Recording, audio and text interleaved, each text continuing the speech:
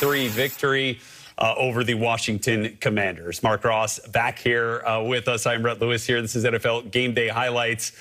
Mark, let's talk about Saquon Barkley here. Another masterpiece on the ground, and it started with his first touch. I mean, give us your thoughts on how he navigates and has helped navigate this postseason journey here for the Eagles.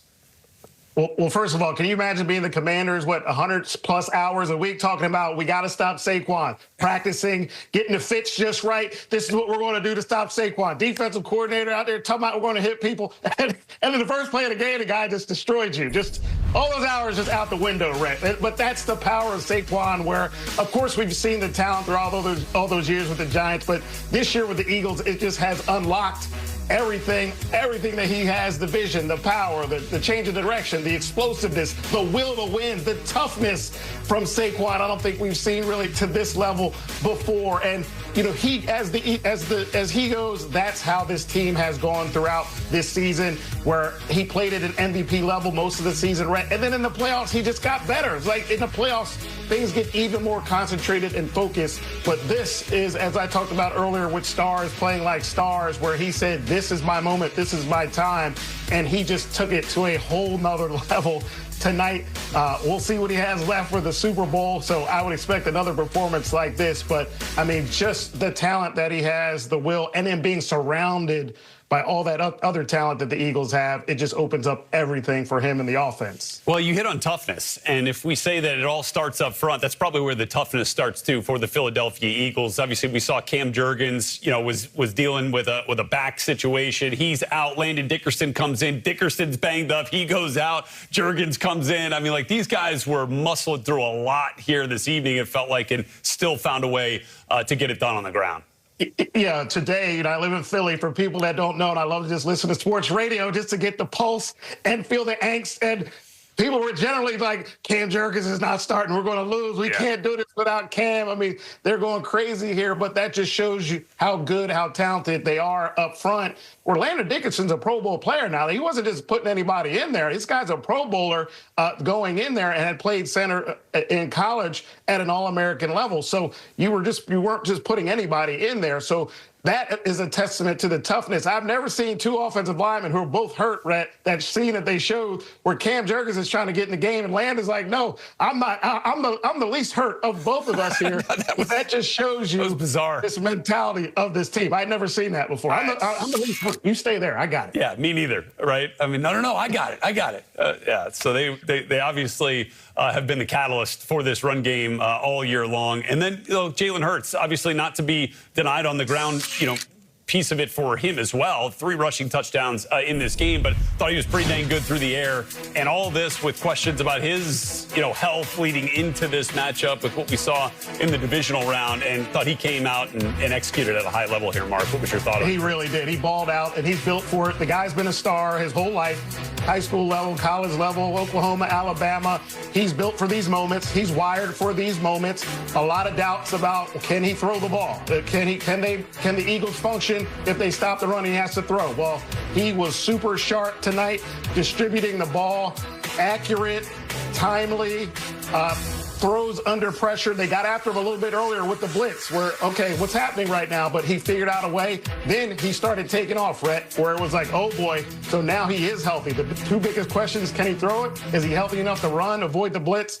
Well, he showed both of those things tonight, where he was super sharp throwing it. Then once he started running it, oh boy, they just unlocked a whole nother level once he started doing that. Yeah, no question. And then on the flip side, look, for the Commanders, I think we all kind of thought maybe this was, you know, they got here a little quicker than we all thought they would, with a rookie quarterback and with a new coach, new GM, overhauled roster in a lot of different ways. But Jaden, I think that kind of just speaks to what Jaden Daniels was able to do as the catalyst for all that success as a rookie. You know, this wasn't his best game. Obviously, it wasn't the Commanders' best game. The turnovers killed, you know, the team really with the 4 turnovers. But your thoughts on what we saw from Daniels in a game like this? Yeah, you know, look, the turnovers, of course, they'll want all those back. And, you know, he wasn't the sharpest, but he still made those plays. He still was prolific and really kept them in the game for most of the first half. And then things started falling apart. But for the most part, he really kept them in the game with his arm and his legs. And the Commanders have been a fun story all year long. You've read as we've seen them each week. Entertaining. He has stepped up. He kept waiting for, okay, this is going to level off. And they kept getting better. He kept getting better. The team kept getting better. Once they got in the playoffs, it was, okay, nice, fun story. They'll get bounced out of there. Well, they won. They went in Detroit and won that game. And really, even coming into this game, I think there was a lot of toss-ups of maybe they can do it again. And has to be optimistic being a Commanders fan like now. When's the last time a Commanders fan has felt like this where, wow, we finally got our guy, we got our team, we got a coach, and the future is bright. Not just, oh boy, here we go again, another offseason of turmoil where they're actually looking forward. I know we're getting ahead of ourselves, but the team to beat for the next 5 or 10 years in the NFC with maybe the best quarterback in the NFC. Let's just start it out real early right now, Red. One of, certainly. I think that that team in green today looked pretty dang good. And it's certainly built for some good things. You're right there to Arrowhead Stadium in Kansas City, where we welcome in Sarah Walsh and Cam Wolfe, covering both of these teams for us today. Guys, Sarah, let me start with you, because for Mahomes and the Chiefs, the offense the last couple of years has kind of found different ways to win games. Obviously, we haven't seen the production at the wide receiver position as much as we had recently. What has Patrick Mahomes been saying, Sarah, about trying to get that group going here today against the Bills?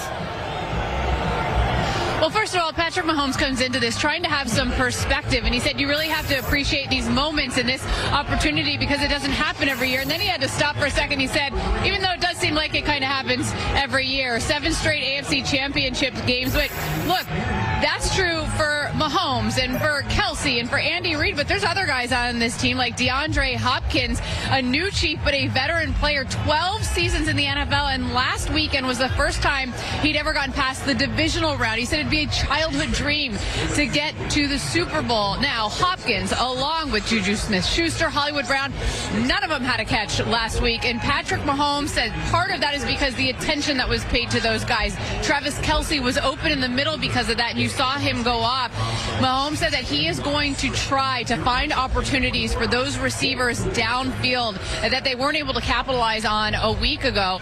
And we can say all of this, Cam, but the reality is we can paint a picture. It could go to this guy. It's probably going to go to Travis Kelsey after all is said and done. Although this is a Bills team that kept him in check when they saw each other in Week 11. He was held to just 2 catches for 8 yards. Yeah, playoff Travis Kelsey is different, but this Bills team thinks they have a recipe for Travis Kelsey. And I just was watching Bills warm-ups a few minutes ago. Cole Bishop, their rookie safety, is a guy to keep an eye on. He is making his first career playoff start today for an injured Taylor Rapp. And Rapp was the guy who intercepted Mahomes in their Week 11 win. He's that veteran, experienced safety. Bishop is a first-time starter. I talked to their general manager, Brandon Beane, the Bills, this week, and he said, look, Bishop is super athletic, super talented, but we may have to live with him being taken advantage of, fooled sometimes because of his lack of experience. That's something I'm keeping an eye on today. Can the Chiefs, Patrick Mahomes, Travis Kelsey, take advantage of this young safety, or can the Bills, with their 2 deep coverage, with their bracketing of Travis Kelsey, can they win that matchup? That's going to be a huge key for this Bills defense. I also want to keep an eye on Von Miller because he shows up in these stages. 10.5 sacks for him in his career, more sacks than any player active. I talked to him this week. He said, I thrive in these moments. They brought me here to be the closer, and hopefully I can be the closer on Sunday, Rhett. And you'll hear a bit more from Von Miller coming up a bit later here on Game Day Highlights. He had a chance to sit down with our Gerald McCoy in a piece that aired on Game Day morning. And, you know, let's kind of go back to this part here, Cam, with Josh Allen. Like, how do he and the Bills try to make this thing look more like Week 11 when they took care of business against the Kansas City Chiefs than the previous 3 playoff meetings in which the Chiefs have had their number? Rhett, it's funny. I talked to Von Miller about this earlier this week. He said he had a conversation with Josh Allen that Allen said really stuck with him in Cabo, actually, this offseason, about handling the piece of your mindset, Sarah. Like, you know, you talk about the ball and how it bounces. Josh Allen's played really well in his 3 losses to Patrick Mahomes and the Chiefs. And so you're naturally going to say, what more can I do? What more can I do? He talked this week about knowing what I have is enough. And so they're hoping that they get the version of Josh Allen we've seen all season. And that hasn't been the superhero Josh Allen that's trying to put the whole team on his back. It's been the Josh Allen that's trusting his teammates. One thing I found out in recent weeks is Josh Allen holds Friday meetings with his teammates every single Friday. And he asks them, what do you want to run for receivers, offensive linemen? What protections do you like? And then he goes and tells Joe Brady, who puts it into his game plan. That's something new for them. That's Josh Allen trusting his teammates in a way that he didn't previously. And this is something in this era of the Bills. They don't have Stephon Diggs. They don't have a number one receiver. Josh Allen has been able to distribute the ball, read defenses, and really play a level of freedom that has allowed him to succeed in a different level. Has the fewest turnovers he's had in his career, fewest sacks. This version of Josh Allen, trusting his teammates, will be enough, they believe, to beat the Chiefs today. Yeah, you mentioned the sacks. He's only been sacked 14 times this entire season. The Chiefs were not able to get to him in that Week 11 contest. Andy Reid said he's really hard to bring down, so if you get to him, you better finish it. And Reid specifically said that they have to be better against Allen on third down. He converted 60% of the time in that Week 11 contest. Now, defensive coordinator Steve Spagnuolo has talked a lot this week about eye candy. Don't be fooled by the eye candy. And what he means by that is his safety. Justin Reid said you have to have eye discipline. You have to have eye control, because he said this is basically a positionless offense. Reid said you've got tight ends in the backfield, wide receivers in the backfield, running backs lining up over at wide receiver. And he said all of that is because they want to trick you into making a bad read or making a bad step, and they cannot allow themselves to do that.